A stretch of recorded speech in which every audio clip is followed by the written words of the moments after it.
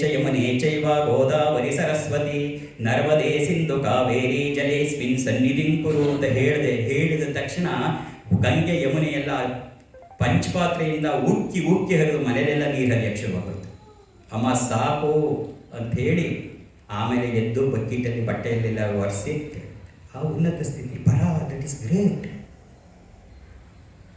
ನನ್ನ ಗುರುಗಳು ಅದನ್ನೇ ಹೇಳಿದರು, ನಿನಗೆ ನಾಚಿಕೆ ಆಗಲ್ವಾ, ನಿನ್ನೊಬ್ಬನ ಇದನ್ನು ಬಯಸ್ತೀಯ, ಹಿಂದೆ ತಿರುಗು ನೋಡು, ಸಾವಿರಾರು ಜನ ನಿನ್ನ ಸೋದರಿರುತ್ತೆ, ಅವ್ರ ಬಗ್ಗೆ ನೀನು ಯೋಚನೆ ಮಾಡಲ್ವಾ, ಹೋಗು ಅವರಿಗೆ ಮಾರ್ಗವನ್ನು ತೋರಿಸು, ಅವರನ್ನು ನಿನ್ನ ಜೊತೆ ಕರ್ಕೊಳ್ವಾ, ಇನ್ನು ಅಲ್ಲಿ ನಿಲ್ಲು ಅಂತ ನಾನು ಹೇಳ್ತಿಲ್ಲ, ಗೋ ಅಂತ ಹೇಳಿದ್ರು. ಹಾಗಾಗಿ ವಾಪಸ್ ಈ ಶಕ್ತಿ ಪ್ರಯೋಗಗಳ ಕಡೆ ಬರುತ್ತೆ ಹೊರತು ಶಕ್ತಿ ಪ್ರಯೋಗ ನಿಜವಾಗಲಿ ನಮ್ಮ ಗುರಿ ಏನಾಗಿರಲಿಲ್ಲ. ಹಾಗಾಗಿ ಇನ್ನೊಂದು ಹೇಳ್ತಾರೆ, ಯಾಕಪ್ಪ ಇದು ಪ್ರಾಬ್ಲಮ್ ಆಗ್ತಾಯಿದೆ, ನೀವು ಫೋನ್ ಮಾಡೋದು ಬಿಟ್ಬಿಟ್ರೆ ಪ್ರಾಬ್ಲಮ್ ಕಡಿಮೆ ಆಗತ್ತೆ. ಅಲ್ಲಲ್ಲ ಸರಿ, ನೀನು ನೋಡ್ತಾ ಇರ್ತೀಯಲ್ಲ ಅದಕ್ಕೆ ಬೇಜಾರಾಗತ್ತೆ. ಈ ನಾಗೇಂದ್ರ ಕುಮಾರ್ ಶಿಷ್ಯನೇ ಏನೋ ಶಿ ಈಸ್ ನಾಟ್ ಅಟೆಂಟಿವ್ ಅಂದ್ಬಿಟ್ಟು, ಅಲ್ಲ ಸಹಜ ಅಲ್ವಾ ಅದು. ಅಲ್ಲ ಮಗಳೇ, ಕಲ್ಲು ಕಲ್ಲಾಗಿ ಉಳಿಯಲ್ಲ.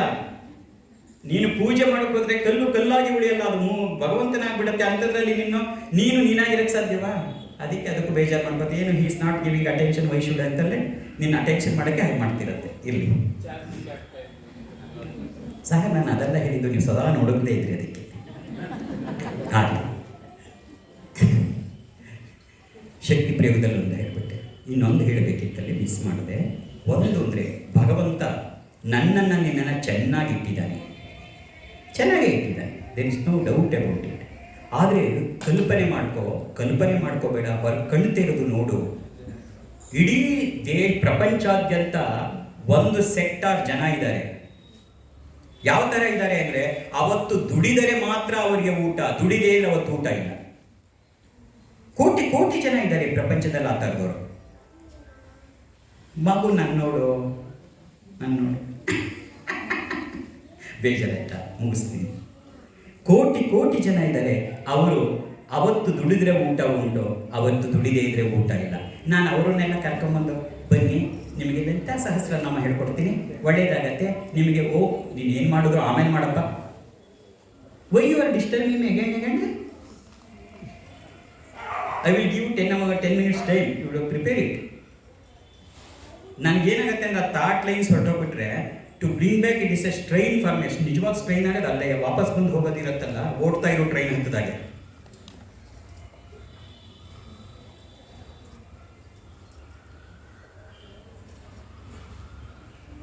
ಕೋಟಿ ಕೋಟಿ ಜನ ಇದ್ದಾರೆ, ಅವತ್ತು ಊಟ ದುಡಿದ್ರೆ ಊಟ ಉಂಟು, ದುಡಿದೇ ಇದ್ರೆ.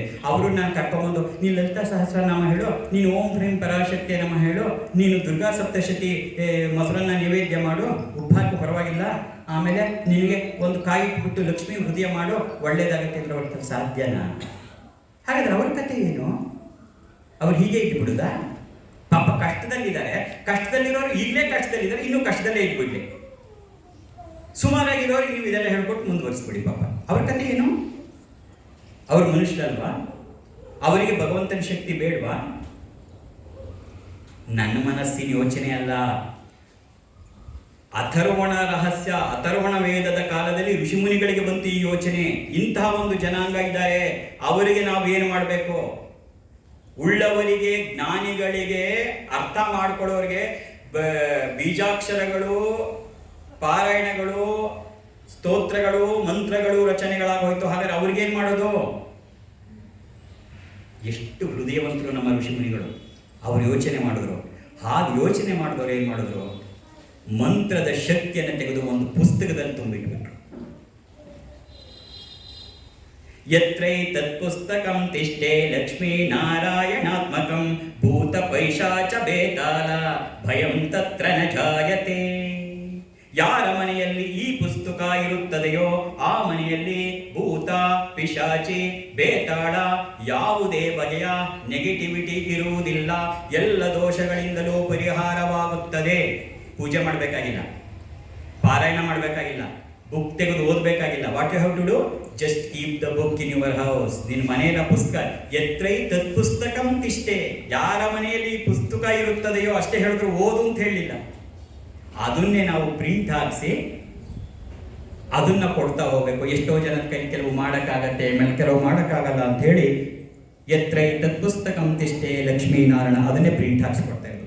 ಇವತ್ತು ಹೊರಡಬೇಕಾದ್ರೆ ನಿಮಗೆಲ್ಲ ಈ ಪುಸ್ತಕವನ್ನು ಕೊಡ್ತಾ ಇದ್ದೀವಿ, ಶ್ರೀ ಅಂತೇಳಿ. ಇದು ಯಾವುದಪ್ಪ ಅಂತ ಹೇಳಿದ್ರೆ, ನೀನು ಇದಕ್ಕೆ ಪೂಜೆ ಮಾಡಬೇಕಾಗಿಲ್ಲ, ಮಾಡಬೇಡ ಅಂತಲ್ಲ, ಮಾಡೋಕ್ಕಾದ್ರೆ ಮಾಡು. Just throw it on your table. ಧೂಳು ಬಿದ್ದಿರಲಿ, ಬೆಂಕಿ ಗೊತ್ತಿದ್ದು ಮುಟ್ಟಿದ್ರು ಸುಡುತ್ತೆ, ಗೊತ್ತಿಲ್ಲದೆ ಮುಟ್ಟಿದ್ರು ಸುಡುತ್ತೆ.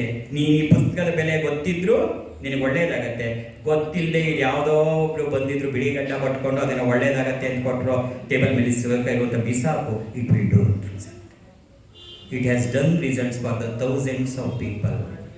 ಇದು ನನ್ನ ಕೊಡುಗೆ ಅಲ್ಲ, ಸಾವಿರಾರು ವರ್ಷಗಳ ಹಿಂದೆ ಋಷಿಮುನಿಗಳು ಕೊಟ್ಟಿದ್ದನ್ನು ನಿನಗೆ ಕೊಡುವಂಥ ಸೌಭಾಗ್ಯ ನಂದಾಗಿದೆ ಹೊರತು it is their contribution, it is none of my contribution.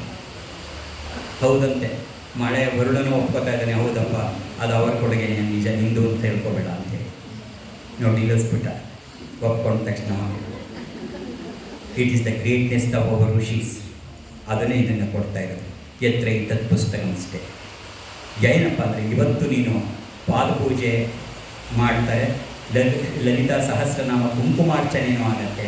ಅದಾದ ಮೇಲೆ ನೀನು ಹೊರಡುವಾಗ ನಿನಗೆ 4 ಐಟಮ್ಸ್ನ ನಾನು ಕೊಟ್ಟು ಕಳಿಸ್ತಾ ಇದ್ದೀನಿ. ಯಾಕೆಂದರೆ ಸುಮ್ಮನೆ ಕೂತ್ಕೊಂಡು ಏನೋ 2 ಗಂಟೆ ಭಾಷಣ ಹೊಡೆದ್ಬಿಟ್ಟು ಹೋಗ್ಬಿಟ್ರೆ ಅರ್ಥ ಇಲ್ಲ. It should be practical. ನಿನಗದು ಎಕ್ಸ್ಪೀರಿಯೆನ್ಸ್ ಆಗಬೇಕು. ಸುಮ್ಮನೆ ಭಾಷಣ ಮಾಡೋದ್ರಿಂದ ಏನು ಸಿಗತ್ತೆ? ನೀವು ಕೇಳ್ಬೋದು, ತುಂಬ ಚೆನ್ನಾಗಿತ್ತು ಅಪ್ಪಾಜಿ, ಇನ್ನೊಂದು ಅರ್ಧ ಗಂಟೆ ಮಾತಾಡಿ, ಯಾಕೆಂದರೆ ಮಾತಾಡೋದು ನಿಮಗೆ ಸ್ಟ್ರೈನು, ನನಗೇನಿಲ್ವಲ್ಲ ಕೂತ್ಕೊಂಡಿರುತ್ತೆ.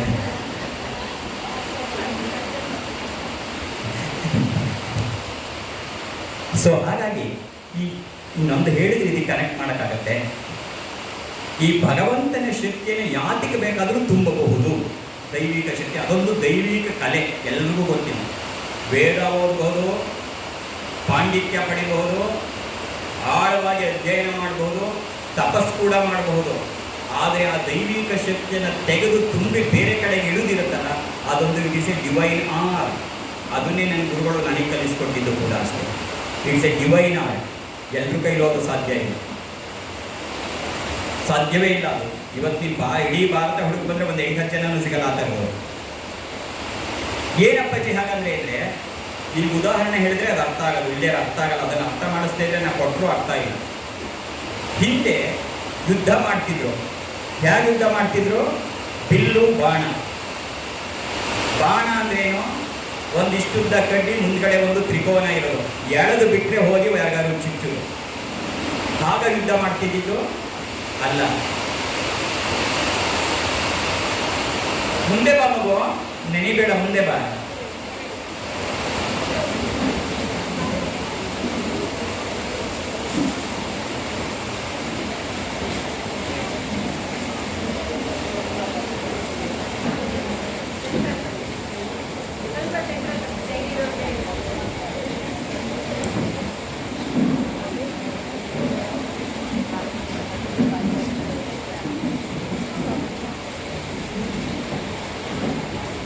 ಒಂದು ಬಾಣ, ಇಷ್ಟುದ್ದ ಕಡ್ಡಿ, ಅದ್ರ ಮುಂದೆ ತ್ರಿಕೋನ ಇರೋದು, ಎಳೆದು ಬಿಟ್ಟರೆ ಹೋಗಿ ಚುಚ್ಚೋದು. ಹಾಗಾಗಿ ಯುದ್ಧ ಮಾಡ್ತಿದ್ದು ಆಗಲ್ಲ.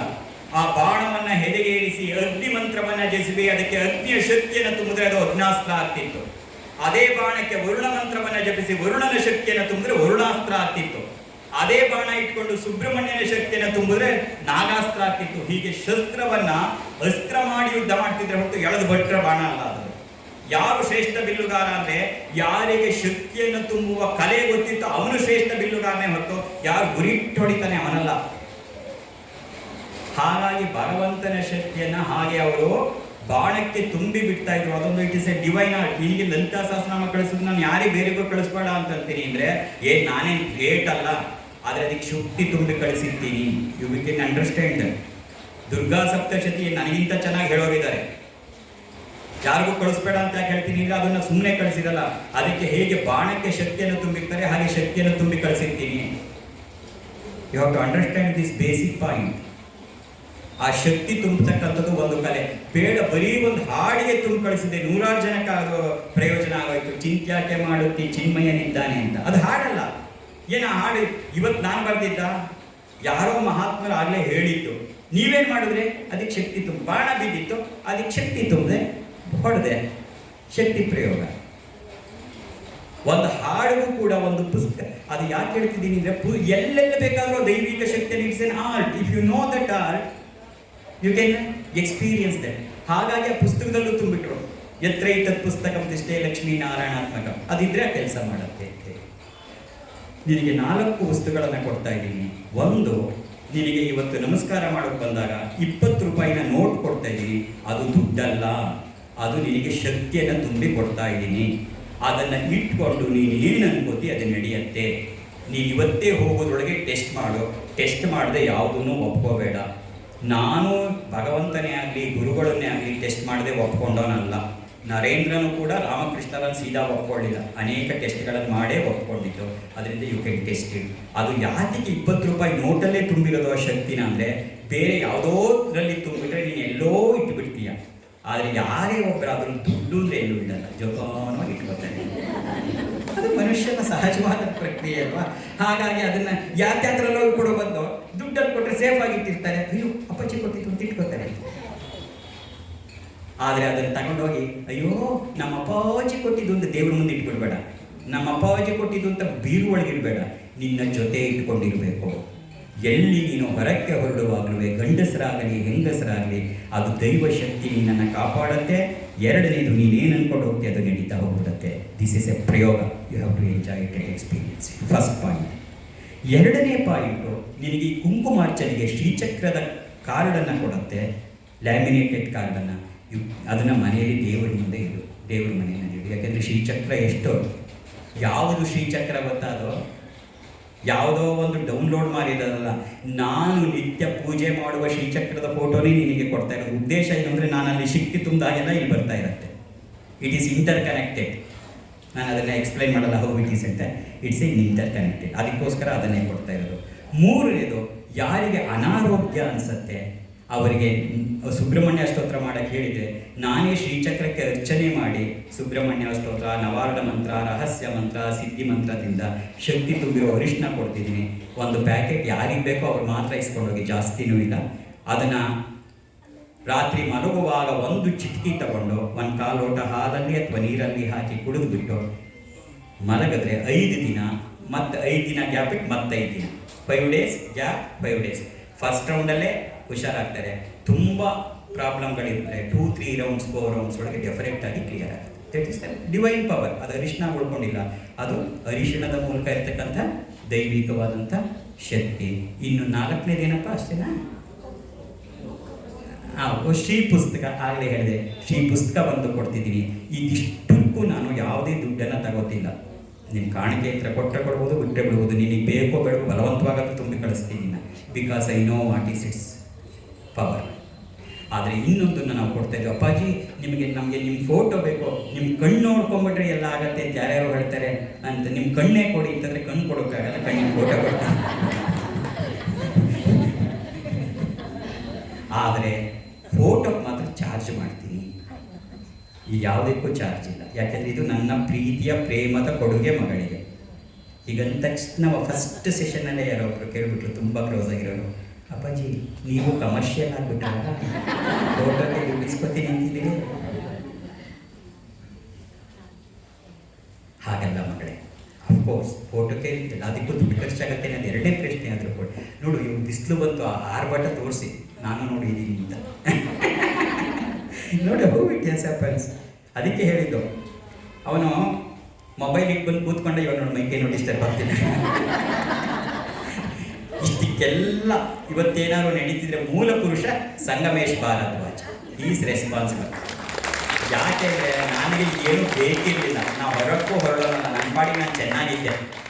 ಆದರೆ ಅದನ್ನು ನಮ್ಮ ಗುರುಗಳ ಪ್ರೇರಣೆಯನ್ನು ಕಾರ್ಯತಃ ತರುಕೆ ಅಂತ 3 ವರ್ಷ ಸತತವಾಗಿ ನನ್ನ ಬೆನ್ನು ಬಿದ್ದು ಕೊನೆಗೆ ಈ ಥರ ಹೇಳ್ಕೊಂಡ್ಬಂದನು ಅವನಿಗೆ. ಇವತ್ತಿಗೂ ಅಷ್ಟೇ ನನ್ನ ಸತ್ಸಂಗಗಳು ಅಂದರೆ ಫಿಕ್ಸ್ ಮಾಡೋದೆಲ್ಲ ಆತನು ಡೈರೆಕ್ಟ್ ಮಾಡಲ್ಲ, ಜಗನ್ಮಾತ್ಯ ಸೂಚನೆ ಅಂತ ಆತ ಫಿಕ್ಸ್ ಮಾಡಿ ಮತ್ತೆಲ್ಲವನ್ನ ರೆಡಿ ಮಾಡ್ತಕ್ಕಂಥದ್ದು ಅದೇ.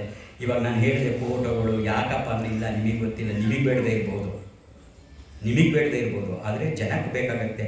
ಜಗನ್ಮಾತೆಗೆ ಮಾಡ್ಕೊಳ್ಳೋದು ನಾವ್ಯಾರು ತಡೆಯೋಕ್ಕೆ ಅಂತ ಈ ಆಲ್ವೇಸ್ ಟ್ರೈನ್. ಫೋಟೋಕ್ಕೆ ಮಾತ್ರವಾಗಿ you have to pay 100 rupees and buy it. ಯಾಕಪ್ಪಾಜಿ ಕಮರ್ಷಿಯಲ್ ಆದ್ರ ಅಂತ ಕೇಳಬೇಡ.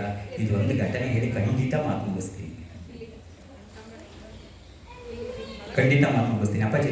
ಮಾತು ಮುಗಿಸ್ತೀನಿ ಅಂತ ಅರ್ಧ ಗಂಟೆಯಿಂದ ಹೇಳ್ತಿದ್ದೀನಿ, ಮುಗಿಸ್ಲಿಲ್ಲ. ಇದೇ ಕೊನೆ ಮಾತು ಅಂತ ಹೇಳ್ತಿದ್ದೀರಿ, ಕೊನೆ ಆಗಲಿಲ್ಲ ಅನ್ಕೋಬೇಡ, ನಿಜವಾಗ್ಲೂ ಇದು ಕೊನೆ. ಯಾಕೆ ಫೋಟೋಕ್ಕೆ ದುಡ್ಡು ಇಸ್ಕೊತಿದ್ದೀನಿ ಅಂದರೆ ಇದಿಷ್ಟು ಹೇಳುತ್ತಲ್ಲ, ಪುಸ್ತಕ ಆಗಿರಬಹುದು, ಅರಿಶಿಣ ಆಗಿರಬಹುದು, ಶ್ರೀಚಕ್ರದ ಕಾರ್ಡ್ ಇರ್ಬೋದು, ಇದು ತಾನು ಶಕ್ತಿ ತುಂಬಿರ್ತಕ್ಕಂಥದ್ದು. ಆದರೆ ಫೋಟೋಕ್ಕೆ ನಾನು ಶಕ್ತಿ ತುಂಬದಲ್ಲ, ನಿನ್ನ ಭಾವನೆ ಶಕ್ತಿ ತುಂಬತ್ತೆ. ಬಂದವರೆಲ್ರಿಗೂ ಅದೇ ಭಾವನೆ ಇರುತ್ತೆ ಅಂತ ಹೇಳೋಕ್ಕಾಗಲ್ಲ. ಗೌರವ ಇದೆ, ಶ್ರದ್ಧೆ ಇದೆ, ಭಕ್ತಿ ಇದೆ, ಆದರೆ ಅದೇ ಭಾವನೆ ಇಟ್ಕೊಂಡಿರ್ತಾರೆ ಅಂತ ಹೇಳೋಕ್ಕಾಗಲ್ಲ. ಆ ಫೋಟೋ ನಿನಗೆ ಕೆಲಸ ಮಾಡಬೇಕಾದ್ರೆ ಅದು ಕೇವಲ ನಿನ್ನ ಭಾವನೆಯಿಂದ ಮಾತ್ರ, ಬರೀ ಫೋಟೋ ಏನೂ ಮಾಡೋಕ್ಕಾಗಲ್ಲ. ಅದಕ್ಕೆ ಯು ಹ್ಯಾವ್ ಟು ಪೇ. ಇದು ಯಾಕೆ ಅಂತ ಒಂದು ಘಟನೆ ಹೇಳ್ಬಿಟ್ಟು ಖಂಡಿತ ಮಾತು ಮುಗಿಸ್ತೀನಿ. ವಿವೇಕಾನಂದರು ಅಂದರೆ ಆಗಿರಲಿಲ್ಲ, ನರೇಂದ್ರ ಪರಿವ್ರಾಜಕನಾಗಿ ದೇಶ ಸಂಚಾರ ಮಾಡ್ತಾ ಇದ್ದ. ಆಗ ಗುಜರಾತ್ ಅನಿಸುತ್ತೆ, ನನಗೆ ನೇಮ್ಸ್ ಎಲ್ಲ ಮರ್ತೋಗ್ಬಿಟ್ಟಿದೆ. ಆಗ ಒಬ್ಬ ರಾಜನ ಬಳಿ ಬರ್ತಾರೆ. ರಾಜನ ಬಳಿ ಬಂದಾಗ ಆ ರಾಜ ಹಿಂದೂ ರಾಜ, ಆದರೆ ಆತ ದೇವತಾ ಮೂರ್ತಿಯನ್ನು ಹೋಗ್ತಾ ಇರಲಿಲ್ಲ. ಯಾಕೆಂದರೆ ಬ್ರಿಟಿಷರ ಪ್ರಭಾವದಿಂದ ಒಳಗಾಗ್ಬಿಟ್ಟಿದ್ದ. ಅವನಂತ ಇದ್ದ, ಸರಿ ನಾನು ಭಗವಂತನ ಹೋಗ್ತೀನಿ, ನಾನೇನು ಭಗವಂತ ಇಲ್ಲ ಅಂತ ಹೇಳ್ತಿಲ್ಲ, ಆದರೆ ಈ ಕಲ್ಲಿನ ಮೂರ್ತಿಗಳಲ್ಲಿ, ಈ ಮಣ್ಣಿನ ಮೂರ್ತಿಗಳಲ್ಲಿ ಭಗವಂತ ಇದ್ದಾನ? ಈ ಬೊಂಬೆಗಳು, ಮೂರ್ತಿ ಇಲ್ಲ, ಬೊಂಬೆಗಳಲ್ಲಿ ಭಗವಂತ ಇದ್ದಾನ? ಅದು ಅವನ ಕಾನ್ಸೆಪ್ಟ್. ಹಾಗೆ ಈ ಯುವ ಸನ್ಯಾಸಿ ಒಬ್ಬ ಬಂದಿದ್ದಾನೆ ಅಂತ ಗೊತ್ತಾದಾಗ ತನ್ನ ಅರಮನೆಗೆ ಕರೆಸ್ಕೊತಾನೆ ರಾಜ. ಸಭಾಂಗಣ ಎಲ್ಲ ತುಂಬಿದೆ, ಎಲ್ಲ ಸೈಲೆಂಟ್ ಆಗಿದ್ದಾರೆ. ಈ ರಾಜನಿಗೆ ತನ್ನ ಪ್ರತಾಪ ತೋರಿಸ್ಬೇಕು, ನರೇಂದ್ರನಿಗೆ ಚೂರು ಚುಚ್ಚಬೇಕು ಅನ್ನಿಸ್ತು. ಈ ಕೆಲವರಿಗೆ ಈ ಥರ ಸ್ಯಾಡಿಸ್ಟ್ ಮನೋಭಾವ ಇದ್ರೆ ಯಾರಿಗಾದ್ರು ಏನಾದ್ರು ಮಾಡೋಣ ಅನ್ನಿಸ್ತಿರತ್ತೆ. ಇಲ್ಲಿ ಮಾಡಿ ನೋಡಿ, ಸ್ಯಾಡಿಸ್ಟ್ ಮನೋಭಾವ ಇದ್ರೆ ನೋಡೋಣ ಅನ್ನಿಸ್ತಿರತ್ತೆ. ಯಾರಿಗಾದ್ರು ತಿವಿಲ ಅಂತ. ಈ ರಾಜನಿಗೂ ಅನ್ನಿಸ್ತು ಇವನಿಗೆ ತಿವಿಲ ಅಂತ. ಕೂತಿದ್ರು ನರೇಂದ್ರ, ಗೊತ್ತಲ್ಲ ಆಕಾರ ಭಾವಿಸ್ಬೇಕು, ಹೆಂಗೆ ಕೂತಿರ್ತಾನೆ ನರೇಂದ್ರ ಅಂತ. ಸನ್ಯಾಸಿ, ಯುವ ಸನ್ಯಾಸಿ, ಮಹಾರಾಜ್ ನೀವು ಭಾರತೀಯ ಸನ್ಯಾಸಿಗಳು, ನೀವು ಜನರಿಗೆ ತತ್ವವನ್ನು ಬೋಧಿಸಬೇಕಾದವರು. ನಮ್ಮ ಜನಗಳು ಬೊಂಬೆಗಳನ್ನು ಪೂಜಿಸ್ತಾ ಇದ್ದಾರೆ, ಕಲ್ಲಿನ ಬೊಂಬೆಗಳನ್ನು, ಮೂರ್ತಿಗಳನ್ನು. ನೀವು ಕೂಡ ಅದನ್ನೇ ಮಾಡಿ ಅಂತ ಹೇಳ್ಕೊಂಡು ಹೋಗ್ತಾ ಇದ್ದೀರಿ. ನೀವು ಜನರಿಗೆ ತಿಳಿಸ್ಕೊಡ್ಬೇಕು, ಈ ಕಲ್ಲಿನ ಮೂರ್ತಿಗಳು ದೇವರಲ್ಲ, ಮಣ್ಣಿನ ಮೂರ್ತಿಗಳು ದೇವರಲ್ಲ, ಭಗವಂತ ನಿರ್ಗುಣ ನಿರಾಕಾರ ಅಂತ ನೀವು ಹೇಳಿಕೊಡ್ಬೇಕು. ಇದನ್ನ ಯಾಕೆ ನೀವು ಮಾಡ್ತಾ ಇಲ್ಲ? ತಿವಿದ ರಾಜ, ತಿವಿಸ್ಕೊಟ್ರು. ಯಾರು? ನರೇಂದ್ರ. ಸುಮ್ಮನೆ ಕೂತ್ಕೊಂಡ್ರು. ಇಡೀ ಸಭಾಂಗಣ ಸೈಲೆನ್ಸ್. ಒಂದು ಸರಿ ನೋಡ್ತಾರೆ ಸುತ್ತವ, ರಾಜ ಆಸ್ಥಾನದಲ್ಲಿ ಕೂತಿದ್ದಾನೆ. ಆ ಕಡೆ ಮೂಲೆಯಲ್ಲಿ ಒಂದು ರಾಜನ ಫೋಟೋ ಹಾಕಿರ್ತಾರೆ. ಮಂತ್ರಿಗಳಿಗೆ ಹೇಳ್ತಾರೆ ನರೇಂದ್ರ, ಮಂತ್ರಿಗಳೇ ಆ ಫೋಟೋ ತನ್ನಿ. ಮಂತ್ರಿಗಳು ಬಂದು ಹೇಳ್ತಾರೆ, ಯಾಕೆ ಮಹಾರಾಜ್? ಯಾಕೆ ಬೇಡ, ಆ ಫೋಟೋ ಬೇಕು, ಕೆಳಗೆ ತನ್ನಿ. ಕೆಳಗೆ ತಂದಿಡ್ತಾರೆ. ಇಟ್ಟ ತಕ್ಷಣ ನರೇಂದ್ರ ಹೇಳ್ತಾನೆ, ಸಭಾಸದರೇ ಹೋಗಿ ಎಲ್ಲರೂ ಕೂಡ ಆ ಫೋಟೋ ಮೇಲೆ ಉಗಿರಿ, ಆ ಫೋಟೋನ ತುಳಿರಿ. ಯಾರೊಬ್ಬರು ಹೇಳಲ್ಲ. ಯಾಕೆ? ಹೋಗಿ ತುಳಿರಿ. ಯಾರೂ ಹೇಳಲ್ಲ. ಕೊನೆಗೆ ಮಂತ್ರಿಗಳನ್ನು ಕರೀತಾರೆ, ಮಂತ್ರಿಗಳೇ ಬನ್ನಿ ಇಲ್ಲಿ. ಏನು ಮಹಾರಾಜ್? ಹೋಗಿ ಆ ಫೋಟೋ ಮೇಲೆ ಉಗಿರಿ, ಆ ಫೋಟೋ ತುಳಿರಿ. ಇಲ್ಲ ಮಹಾರಾಜ್, ಹಾಗೆ ಮಾಡೋಕ್ಕಾಗಲ್ಲ. ಯಾಕೆ? ಅದು ನಮ್ಮ ಮಹಾರಾಜರ ಫೋಟೋ. ಏಕೆ ಮಹಾರಾಜರು? ನಿಮ್ಮ ಮಹಾರಾಜರು ಕೂತಿರೋದು ಈ ಸಿಂಹಾಸನದಲ್ಲಿ, ಅವರು ಮಹಾರಾಜರು. ಅದೊಂದು ಚಿತ್ರ, ಆ ಚಿತ್ರ ಏನು ಮಹಾರಾಜರಲ್ಲ? ಹೋಗೋದ್ರ ಮೇಲೆ ಉಗಿರಿ, ತುಳಿರಿ ಅದನ್ನ. ಇಲ್ಲ ಮಹಾರಾಜ್, ಅದು ಮಹಾರಾಜರು ಅಲ್ಲದೆ ಇರಬಹುದು, ಆದರೆ ನಾವು ಅದರಲ್ಲಿ ಮಹಾರಾಜರನ್ನೇ ಕಾಣ್ತಾ ಇದ್ದೀವಿ. ನಮ್ಮ ಭಾವನೆಗಳು ಅದರಲ್ಲಿ ಮಹಾರಾಜರೇ ಇದ್ದಾರೆ. ಹಾಗಾಗಿ ನಾವು ಅದನ್ನು ಊದು ತುಳಿ ಮಾಡೋಕ್ಕಾಗಲ್ಲ ಮಹಾರಾಜ್. ಕೇಳದೆ ರಾಜನ್, ಆ ಚಿತ್ರ ನೀನಲ್ಲ, ಆದರೂ ನಿಮ್ಮವ್ರು ಯಾರು ಅದನ್ನ ಉಗಿಯಲ್ಲ. ಯಾಕೆ ಹೇಳು? ಆ ಚಿತ್ರದಲ್ಲಿ ನಿನ್ನನ್ನ ಕಾಣ್ತಾ ಇದ್ದಾರೆ. ನಮಗೂ ಗೊತ್ತು, ಹಿಂದೂಗಳಿಗೆ ಇದು ಬೊಂಬೆಗಳಲ್ಲ, ನಿನಗೆ ಬೊಂಬೆ ಅನಿಸ್ಬೋದು, ಆದರೆ ನಾವು ಅದರಲ್ಲಿ ಭಗವಂತನನ್ನ ಕಾಣ್ತೀವಿ ಹೊರತು ಬೊಂಬೆಯನ್ನಲ್ಲ. ಬರ್ತೀನಿ ಅಂತ ಎದ್ದು ನಡೀತಾರೆ ಸಭಾಂಗಣದಿಂದ. ಫೋಟೋ ಆಗಿ ಉಳಿಯಲ್ಲ, ನೀನು ಭಾವನೆ ತುಂಬುದಿರೋದು ದೇವನಾಗ್ಬಿಡತ್ತೆ. ಅಪ್ಪಾಜಿ ಫೋಟೋ ಮನೇಲಿ ಇರ್ಲಿ ಅಂತ ಇಟ್ಕೊಂಡಿಡತ್ತೆ, ಅಲ್ಲಿ ಅಪ್ಪಾಜಿನೇ ಇದ್ದಾರೆ ಅಂತ ಭಾವಿಸಿದ್ರೆ ಅಪ್ಪಾಜಿನೇ ಆಗ್ತಾರೆ. ಪ್ರತಿಯೊಂದು ಹಾಗೆ ಇದಕ್ಕೆ ಫೋಟೋಕ್ಕೆ ಅದಕ್ಕೋಸ್ಕರ ವೈಯಾಮ್ ಚಾರ್ಜಿಂಗ್ ಅಂತ ಹೇಳಿದ್ರೆ, ಭಾವನೆ ಇದ್ದವ್ರು ತಗೋಬಹುದು, ಭಾವನೆ ಇದ್ದವ್ರು ಸುಮ್ಮನೆ ಎಲ್ಲೋ ಇಡೋದಕ್ಕಾಗಲ್ಲ. It's waste of time and waste of energy. ಹಾಗಾಗಬಾರ್ದು ಅಂತ ಹೇಳಿ ಅದಕ್ಕೋಸ್ಕರ ಚಾರ್ಜ್ ಮಾಡ್ತಿದ್ದೀನಿ ಅಂತ ಹೇಳ್ತಾರೆ. ಅದರಿಂದ ಇದಿಷ್ಟನ್ನು ಪಡ್ಕೊಂಡು ನೀನು ಇಲ್ಲಿಂದ ತೆರಳಬಹುದು. ನಾನು ನಿನ್ನನ್ನು ಮಗಳೇ ಅಂತ ಕಾಳೆಯೋದು ಒಂದೇ ಒಂದು ಉದ್ದೇಶಕ್ಕೋಸ್ಕರ. ಒಬ್ಬ ಗಂಡಸರನ್ನು ಪರಿವರ್ತನೆ ಮಾಡಿದ್ರೆ ಅವರು ಮಾತ್ರ ಉದ್ಧಾರ ಆಗ್ತಾರೆ.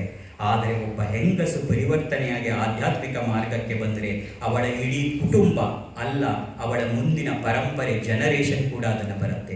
ಆ ಉದ್ದೇಶಕ್ಕಾಗಿ ನಿಮ್ಗಳ ಬಗ್ಗೆನೇ ನನಗೆ ಗಮನ ಹೊತ್ತುವೆ ಹೊರತು ಎಷ್ಟೋ ಜನ ಗಂಡಸರು ಕೇಳಿದ್ರು, ನಾವು ಇದ್ದೀವಿ, ನೀವು ಯಾಕೆ ಮಗಳೇ ಮಗಳೇ ಅಂತೀರಿ ಅಂತ. That is the very purpose. ಅಂದರೆ ಇರೋರು ಕಡಿಮೆ ಸಂಖ್ಯೆ, 1,05,000ದಲ್ಲಿ 5,000 ಜನವು ಗಂಡಸರಿಲ್ಲ, ಇರೋರೆಲ್ಲ 1,00,000 ಹೆಣ್ಣು ಮಕ್ಕಳೇ, ಅಪ್ಪಾಜಿನವರೇ ಮಗಳೇ ಕಲಿಸ್ಕೊಡೋರೇ. ಎರಡನೇದು, ಇದೆಲ್ಲ ಶಕ್ತಿ ಪ್ರಯೋಗ. ಶಕ್ತಿ ಪ್ರಯೋಗವನ್ನು ಹೇಳ್ಕೊಡ್ಬೇಕಾದ್ರೆ ಎಲ್ಲರಿಗೂ ಹೇಳ್ಕೊಡ್ಬಾರ್ದು. ಗುರು ಶಿಷ್ಯನ ಅರ್ಹತೆಯನ್ನು ನೋಡಿ ಮಾತ್ರವೇ ಹೇಳ್ಕೊಡ್ಬೇಕು. ಶಕ್ತಿ ಪ್ರಯೋಗನ ಸುಮ್ಮನೆ ಎಲ್ರಿಗೂ ಹೇಳ್ಕೊಡ್ಬಾರ್ದು. ಹಾಗೆ ನಾನು ಅರ್ಹತೆಯನ್ನು ನೋಡಿದ್ರೆ 1,00,000 ಜನದಲ್ಲಿ 1,000 ಜನವೂ ಸಿಗಲ್ಲ. ಮಿಕ್ಕಿದ 99,000 ಜನದ ಕತೆ ಏನಾಗದೆ? ಗುರು ಶಿಷ್ಯ ಅಂದರೆ ತಾನೇ ಪ್ರಶ್ನೆ ಬರೋದು, ನಾ ಗುರು ನಾ ಶಿಷ್ಯ, ನಾ ಗುರು ಅಲ್ಲ ನೀ ಶಿಷ್ಯನೂ ಅಲ್ಲ, ಮಗಳೇ ಅಂದ್ಬಿಡ್ತೀನಿ, ಈಗ ಹೇಳ್ಕೊಡ್ತೀನಿ.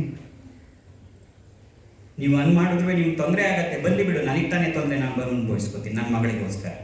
ಯಾಕೆಂದರೆ ತಂದೆ ಮಗಳ ಹಿತವನ್ನು ವಹಿಸ್ತಾನೆ, ಅರ್ಹತೆಯನ್ನು ನೋಡಲ್ಲ. ಮಗಳಿಗೆ ಅರ್ಹತೆ ಇದೆಯೋ ಇಲ್ವೋ ಅಂತ ನೋಡಲ್ಲ ಯಾವ ತಂದೆನೂ. ಅಯ್ಯೋ ಆ ಮಗು ಕಣು ಚೆನ್ನಾಗಿರ್ಲಿ ಕಣ, ನಿಮಗೆ ತೊಂದರೆ ಆದರೆ ಇದು ಬಿಡ, ನನ್ನ ಮಗಳಿಗೋಸ್ಕರ ಒಂಚೂರು ತಪ್ಪಾಗಲಿ ಕಣೋ, ಏನಿಲ್ಲ, ಅದು ನಗ್ನಗ್ತಾ ಇರ್ಬೇಕು ಕಣೋ. ಗುರು ಶಿಷ್ಯನ ಅರ್ಹತೆಯನ್ನು ನೋಡ್ತಾನೆ, ತಂದೆ ಮಗಳ ಹಿತವನ್ನು ನೋಡ್ತಾನೆ. I repeat this, why you call ನಮ್ಮ ಮಗಳೇ ಅಂತ ಬರೀ ಕರೆಯೋದಲ್ಲ, ಹೃತ್ಪೂರ್ವಕವಾಗಿ ನಿನಗೆ ಒಪ್ಕೊಂಡಿದ್ದೀನಿ ನಾನು. That is playing in your life. ಅತ್ಯಂತ ಹೆಚ್ಚು ಮಕ್ಕಳಿರುವ ತಂದೆ ಯಾರಪ್ಪ ಅಂದರೆ ನಾಗೇಂದ್ರ ಕುಮಾರ್. 1,05,000 ಮಕ್ಕಳಿದ್ದಾರೆ. ಅತ್ಯಂತ ಹೆಚ್ಚು ಆಶ್ರಮಗಳಿರ್ತಕ್ಕಂಥ ಗುರೂಜಿ ಯಾರು ಅಂದರೆ ನಾಗೇಂದ್ರ ಕುಮಾರ್. ಅವರ ಗುರು ಬೇರೆ ಬೇರೆ ಹೇಳ್ಕೋಬೋದು. ಅವರ ಸಂಖ್ಯೆ ಈಗ 1,05,000 ಆಶ್ರಮಗಳಿದೆ. ಯಾಕೆಂದರೆ ನಿಮ್ಮ ಪ್ರತಿಯೊಂದು ಮನೆಯೂ ಕೂಡ ನನ್ನ ಆಶ್ರಮ. ನಾನೊಂದು ದೊಡ್ಡ ಬಿಲ್ಡಿಂಗ್ ಕಟ್ಟಿಸ್ಕೊಂಡು ಒಂದು ದೊಡ್ಡದು ಚೇರ್ ಹಾಕಿಸ್ಕೊಂಡು ಕೂತ್ಕೋಬೇಕು ಅನ್ನೋ ಅಪೇಕ್ಷೆ ನನಗೆ ಖಂಡಿತವಾಗ್ಲೂ ಇಲ್ಲ. ಭಗವತಿ ಅದನ್ನು ನನಗೆ ಕೊಟ್ಟೂ ಇಲ್ಲ. ನಿಮ್ಮ ಹೃದಯದಲ್ಲಿರ್ತಕ್ಕಂಥ ಸಿಂಹಾಸನವೇ ನನ್ನ ಸಿಂಹಾಸನವೇ ಹೊರತು ಇದೆಲ್ಲ ಮುರಿದು ಬಿದ್ದು ಹೋಗೋ ಸಿಂಹಾಸನ ಅಲ್ಲ. ನಾನು ಸತ್ರು ಕೂಡ ಅಲ್ಲಿ ಉಳ್ಕೊತ್ತಲ್ಲ, ಅದೇ ನನ್ನ ನಿಜವಾದಂಥ ಸಿಂಹಾಸನ. ಹಾಗಾಗಿ ನಿನ್ನನ್ನು ಮಗಳೇ ಅಂತ ಕರಿತೀನಿ ಹೊರತು, ಮತ್ತೆ ಅದಕ್ಕೆ ಪ್ರತಿಸ್ಪಂದಿಸ್ತೀನಿ ಹೊರತು, ಮತ್ತು ನಿನಗಾಗಿ ಪ್ರಾರ್ಥಿಸ್ತೀನಿ ಹೊರತು, ಕಟ್ಟ ಕಡೆಯ ಉದ್ದೇಶ ಕನಿಷ್ಠ ಇಷ್ಟೆಲ್ಲ ಮಾಡೋದರಲ್ಲಿ ನಿನ್ನ ಜೀವನದಲ್ಲಿ ಸ್ವಲ್ಪವಾದರೂ ಪರಿವರ್ತನೆಯಾಗಿ ನಿನ್ನ ಮುಖದಲ್ಲಿ ಒಂದು ನಗೆಯ ಮಿಂಚು ಬಂದರೆ ನಾನು ಬದುಕಿದ್ದು ಸಾರ್ಥಕ ಅಂತ ಹೇಳ್ತಾ ಈಗ ನನ್ನ ಮಾತುಗಳನ್ನು ಇಲ್ಲಿಗೆ ಲಲಿತಾ ಸ್ವರೂಪಿಯರಾದಂಥ ನಿಮ್ಮೆಲ್ಲರ ಪಾದಗಳಿಗೆ ಸಾಷ್ಟಾಂಗ ನಮಸ್ಕಾರಗಳನ್ನು ಮಾಡ್ತಾ ನನ್ನ ಮಾತನ್ನು ಸಂಪನ್ನಗೊಳಿಸ್ತೀನಿ. ಸರ್ವಂ ಶ್ರೀ ಜಗದಂಬಾರ್ಪಣಮಸ್ತು. ಈಗ ಪಾದಪೂಜೆ, ಆಮೇಲೆ ಲಲಿತಾ ಸಹಸ್ರನಾಮ, ಕುಂಕುಮಾರ್ಚನೆ, ಆಮೇಲೆ ಪ್ರಸಾದ, ಆಮೇಲೆ ಆಶೀರ್ವಾದ, ಆಮೇಲೆ ನೀನು ನಿಮ್ಮ ಮನೆಗೆ, ನಾನು ನಮ್ಮ ಆಶ್ರಮಕ್ಕೆ. ನಾಡಿದ್ದು ಹುಬ್ಳಿಗೆ. ನಿಮ್ಮದು ನೋಡಿದ್ಯಾ? So sharp, super nice, so sharp, correct. ಈಗ ತಾನೇ 1,05,000 ಅಂದ್ಬಿಟ್ಟು ಮನೆಗೆ ಏನ್ಬಿಟ್ರಲ್ಲಪ್ಪ, ಕರೆಕ್ಟ್ ಕಣೆ ಮಗಳೇ, ಅದು ನಮ್ಮ ಆಶ್ರಮನೇ. ಜೈ ಶ್ರೀಮಾನ್. ರೆಡಿ ಮಾಡು, ಈಗ ಅದನ್ನು ರೆಡಿ ಮಾಡು. ಈಗ ಸ್ವಲ್ಪ ಗಲಾಟೆ ಮಾಡ್ಬೋದು, ಒಂದು 5 ನಿಮಿಷ ಫ್ರೀ.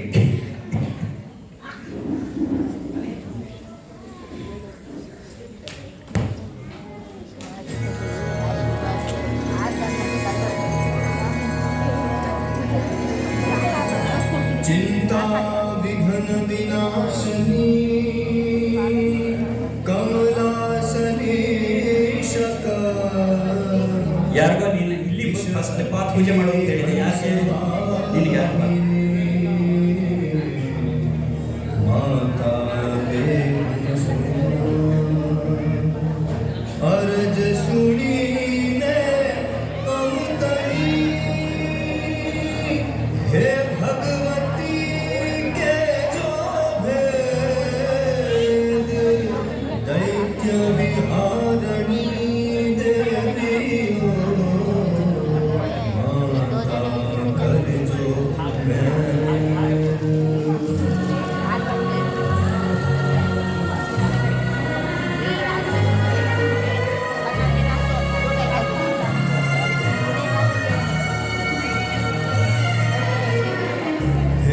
जग जननी हे जगदम्बा हे जग जननी हे जगदम्बा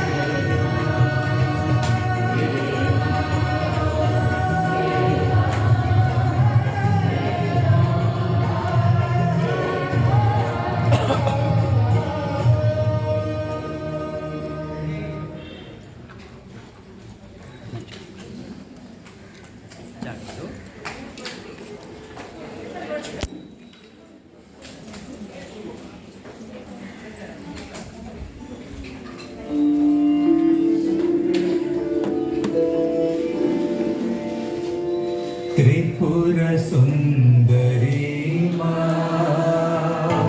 ಅಂಬಗಯ ಸಾಗರಿ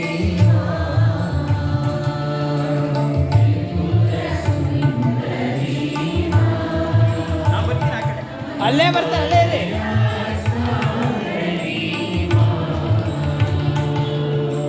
ತ್ರಿಪುರ ಸುಂದರಿ ಮಾ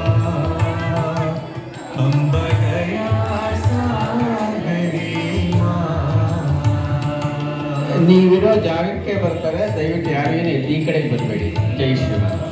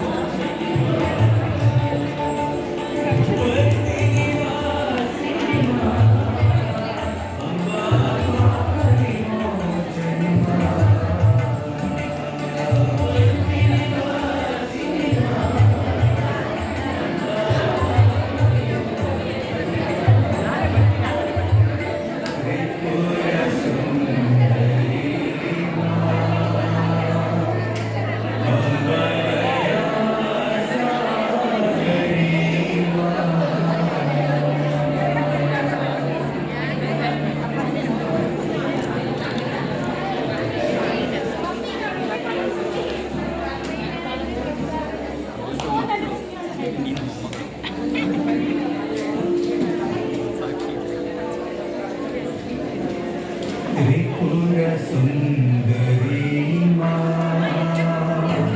ಅಂಬದಯಾ ಸಾಗರಿ ಮಾ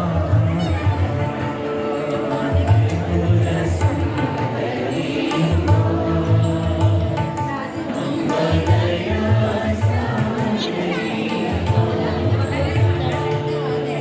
ತ್ರಿಪುರ ಸುಂದರಿ ಅಂಬದಯಾ ಸಾಗರಿ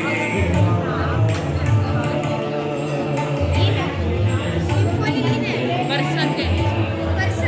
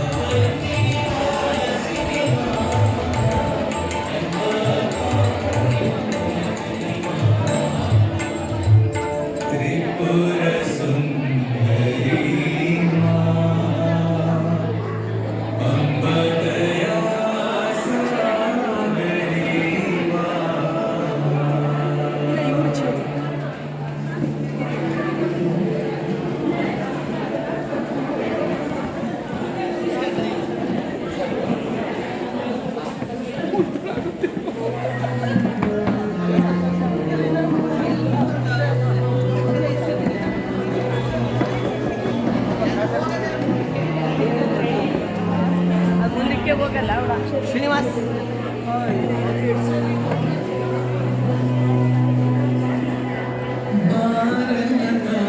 ಶ್ರೀನಿವಾಸ್ ಕರೀಂ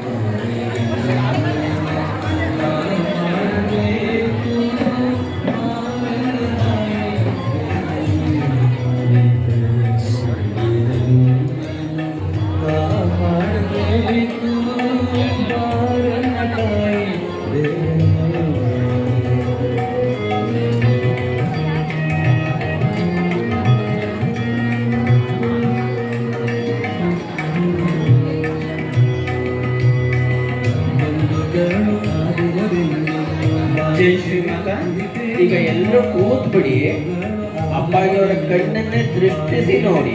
ಕೂತ್ಕೊಳ್ಳಿ ಫಸ್ಟ್ ಎಲ್ಲರೂ. ಅಪ್ಪಾಜಿಯವರ ಕಣ್ಣನ್ನ ದೃಷ್ಟಿಸಿ ನೋಡಿ. ನಮ್ಮಲ್ಲಿರುವಂತಹ ನೆಗೆಟಿವಿಟಿಗಳನ್ನೆಲ್ಲ ಅಪ್ಪಾಜಿಗೆ ಟ್ರಾನ್ಸ್ಫರ್ ಮಾಡುವಂಥದ್ದು. ಎಲ್ಲ ಕೂತ್ಬಿಡಿ. ಜೈ ಶ್ರೀಮಾತಾ.